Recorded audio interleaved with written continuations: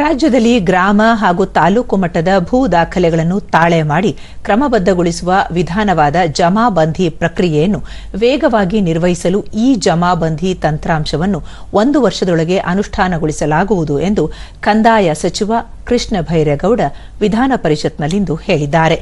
ಪ್ರಶ್ನೋತ್ತರ ಕಲಾಪದಲ್ಲಿ ಜವರಾಯಿ ಗೌಡ ಪ್ರಶ್ನೆಗೆ ಉತ್ತರಿಸಿದ ಸಚಿವರು, ಹರಿಯಾಣ ಸೇರಿದಂತೆ ಹಲವು ರಾಜ್ಯಗಳು ಈಗಾಗಲೇ ಜಮಾಬಂದಿಯ ವಿದ್ಯುನ್ಮಾನ ಆವೃತ್ತಿಯನ್ನು ಅಭಿವೃದ್ಧಿಪಡಿಸಿ ಅನುಷ್ಠಾನ ಮಾಡಿದ್ದಾರೆ.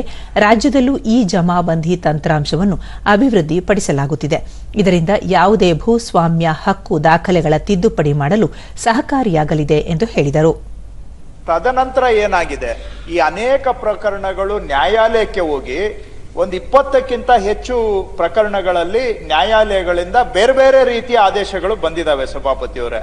ಈಗ ನಾನು ಆ 20 ಆದೇಶಗಳನ್ನ ಒಂದು ಸಮ್ಮಿಲನ ಮಾಡಿ ಅದರ ಸಾರಾಂಶ ತೆಗಿತಾ ಇದ್ದೇನೆ. ಅದರ ಆಧಾರದ ಮೇಲೆ ನಾವು ಒಂದು ಅಂತಿಮ ತೀರ್ಮಾನ ತೆಗೆದುಕೊಳ್ಬೇಕಾಗತ್ತೆ. ಆದ್ರೆ ನಾನು ಹೇಳುವಷ್ಟಂತೂ ಈ ತೀರ್ಮಾನ ಸಲ್ಲಿಸಿಲ್ಲ. ಯಾಕೆ ಅಂದ್ರೆ ಈ ತೀರ್ಮಾನದಲ್ಲಿ ನಾನೇನಾದ್ರೂ ಸ್ವಲ್ಪ ಹಿಂಗೆ ಆಡಿದ್ರೆ ಅದರ ಬೆಲೆ ಲಕ್ಷಾಂತರ ಕೋಟಿ ರೂಪಾಯಿ ಅದರ ಮೇಲೆ ತೀರ್ಮಾನ ಡಿಪೆಂಡ್ ಇದೆ. ಹಾಗಾಗಿ ನಾನು ಹೇಳುವಷ್ಟು ಸಲೀಸಾಗಿ ತೀರ್ಮಾನ ಮಾಡೋಕ್ಕೂ ಆಗೋದಿಲ್ಲ ಸಭಾಪತಿಯವರೇ. ಆದ್ರೆ ಆ ಪ್ರಕ್ರಿಯೆಯನ್ನಂತೂ ಆರಂಭ ಮಾಡಿದ್ದೇವೆ. ನಾನು 5 ತಾಲೂಕಿಂದ ಕಲೆ ಹಾಕಿದ್ದೀನಿ. ಮುಜರಾಯಿ ಇಲಾಖೆ ವ್ಯಾಪ್ತಿಗೆ ಒಳಪಡುವ ದೇವಸ್ಥಾನಗಳ ಆದಾಯವನ್ನು ಸರ್ಕಾರ ಇತರೆ ಯೋಜನೆಗಳಿಗೆ ಬಳಕೆ ಮಾಡಿಕೊಂಡಿಲ್ಲ ಎಂದು ಮುಜರಾಯಿ ಸಚಿವ ರಾಮಲಿಂಗಾರೆಡ್ಡಿ ತಿಳಿಸಿದ್ದಾರೆ. ಭಾರತಿ ಶೆಟ್ಟಿ ಪ್ರಶ್ನೆಗೆ ಉತ್ತರಿಸಿದ ಸಚಿವರು, 5 ಕೋಟಿಗಿಂತ ಹೆಚ್ಚು ಆದಾಯ ಇರುವ ದೇವಾಲಯಗಳನ್ನು ಎ ಗ್ರೇಡ್, 2 ಕೋಟಿ ಒಳಗೆ ಆದಾಯವಿರುವ ದೇವಾಲಯಗಳನ್ನು ಬಿ ಗ್ರೇಡ್ ಹಾಗೂ 5 ಲಕ್ಷಕ್ಕಿಂತ ಕಡಿಮೆ ಆದಾಯವಿದ್ದರೆ ಅಂತಹ ದೇವಾಲಯಗಳನ್ನು ಸಿ ಗ್ರೇಡ್ ಎಂದು ವರ್ಗೀಕರಿಸಲಾಗಿದೆ. ದೇವಸ್ಥಾನಗಳಿಗೆ ಭಕ್ತರಿಂದ ಬರುವ ಆದಾಯವನ್ನು ಆಡಳಿತ ಮಂಡಳಿಯವರೇ ನಿರ್ವಹಣೆ ಮಾಡಲಿದ್ದಾರೆ. ಸರ್ಕಾರ ಈ ವಿಷಯದಲ್ಲಿ ಹಸ್ತಕ್ಷೇಪ ಮಾಡುವುದಿಲ್ಲ ಎಂದು ಹೇಳಿದರು. ಮುಜರಾಯಿ ಇಲಾಖೆ ವ್ಯಾಪ್ತಿಯಲ್ಲಿ ಒಟ್ಟು 1,86,000 ದೇವಾಲಯಗಳಿವೆ.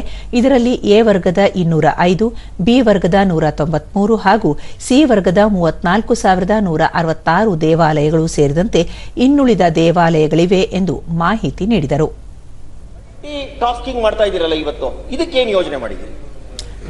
ರಾಜ್ಯ ರಸ್ತೆ ಸಾರಿಗೆ ಕೆಎಸ್ಆರ್ಟಿಸಿ ನೌಕರರಿಗೆ ನೀಡುತ್ತಿರುವ ನಗದು ರಹಿತ ವೈದ್ಯಕೀಯ ಚಿಕಿತ್ಸೆ ನೀಡುವ ಆರೋಗ್ಯ ಯೋಜನೆಯನ್ನು ರಾಜ್ಯದ ಇನ್ನುಳಿದ 3 ಸಾರಿಗೆ ನಿಗಮಗಳಲ್ಲೂ ಪ್ರಾರಂಭ ಮಾಡಲಾಗುವುದು ಎಂದು ಸಾರಿಗೆ ಸಚಿವ ರಾಮಲಿಂಗಾರೆಡ್ಡಿ ತಿಳಿಸಿದ್ದಾರೆ. ಕೇಶವ ಪ್ರಸಾದ್ ಪ್ರಶ್ನೆಗೆ ಉತ್ತರಿಸಿದ ಸಚಿವರು, ಪ್ರತಿ ತಿಂಗಳು ನೌಕರರ ವಂತಿಗೆ 660 ರೂಪಾಯಿ ಕಡಿತ ಮಾಡಲಾಗುವುದು. ಅದರ ಆಧಾರದ ಮೇಲೆ ನಿರ್ವಾಹಕರು, ಚಾಲಕರು, ಅವರ ಪತ್ನಿ, ಮಕ್ಕಳು, ತಂದೆ ತಾಯಿಯರಿಗೆ ಉಚಿತವಾಗಿ ವೈದ್ಯಕೀಯ ಸೌಲಭ್ಯ ನೀಡಲಾಗುತ್ತಿದೆ. ಈ ರೀತಿಯ ಆರೋಗ್ಯ ಸೇವೆ ಜಾರಿ ಮಾಡಿರುವುದು ದೇಶದಲ್ಲಿ ಮೊದಲು.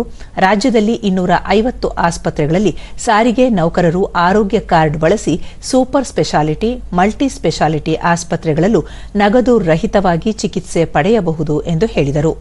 ಅಂದ್ರೆ ವರ್ಷಕ್ಕೆ 8,000 ಅಂದ್ಕೊಳ್ಳಿ, 8,000 ಕೊಟ್ರೆ ತಂದೆ ತಾಯಿ, ಗಂಡ, ಹೆಂಡತಿ, ಮಕ್ಕಳು ಇಷ್ಟು ಜನಕ್ಕೆ ಉಚಿತ ಆರೋಗ್ಯ ಸಿಗುತ್ತೆ.